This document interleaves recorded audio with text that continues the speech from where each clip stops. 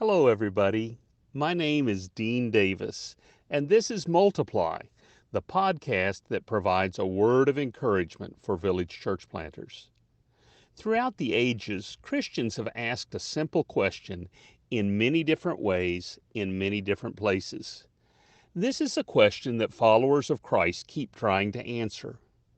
Who is authorized to communicate the gospel? Who has authority to communicate the good news? Now, as you hear that question, you may be asking, what do you mean, Dean? In our church, we teach all believers that they can and should share the gospel of Christ. In fact, we teach all believers to communicate the good news with their family, friends, and neighbors. Who can communicate the gospel? Every believer. Everyone who knows the good news can share it with others. Good news is for sharing. Of course, your answer is a very good answer to the question, who has authority to communicate the gospel? But your answer, my fellow church planter, may not be the answer everyone around you would give. Some people think that only ordained clergy can share the good news. Some people think that only those who have been formally trained in a theological seminary are authorized to share the message of Christ. Some people who attend your church may be thinking right now, I could never share the gospel. I would not know what to say. Or, I might make a mistake if I shared the gospel. I better leave that job to experts like my pastor.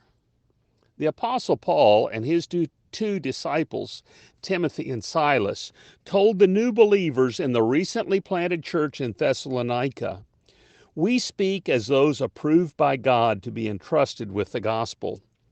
As men entrusted with the gospel, they rejected flattery, deception, and greed. They boldly stated in 1 Thessalonians chapter 2, we are not trying to please people, but God, who tests our hearts. You know we never used flattery, nor did we put on a mask to cover up greed. God is our witness. We were not looking for praise from people, not from you or from anyone else. So how did Paul, Silas, and Timothy know they had been approved by God to be entrusted with the gospel? They knew they were approved to share the gospel because God in His grace had allowed them to hear and understand the good news. They knew they were approved to share the good news because by faith they had discovered its incredible worth, its amazing power to change lives. They knew they were approved to share the good news because they honored the gospel as a sacred truth given to them as stewards to pass on to others. They knew they were entrusted to share the gospel because they had been commanded by Christ to make disciples of all nations by sharing good news. What about your people? Let me encourage you to help your members discover the incredible worth of the gospel by teaching, by testimony, and through worship. Remind them that no other message brings salvation. Help them to honor the gospel. Help them to know the story of Jesus and His love very, very well. Remind them that they too have been approved by God. They too have been entrusted with the gospel to share it with others.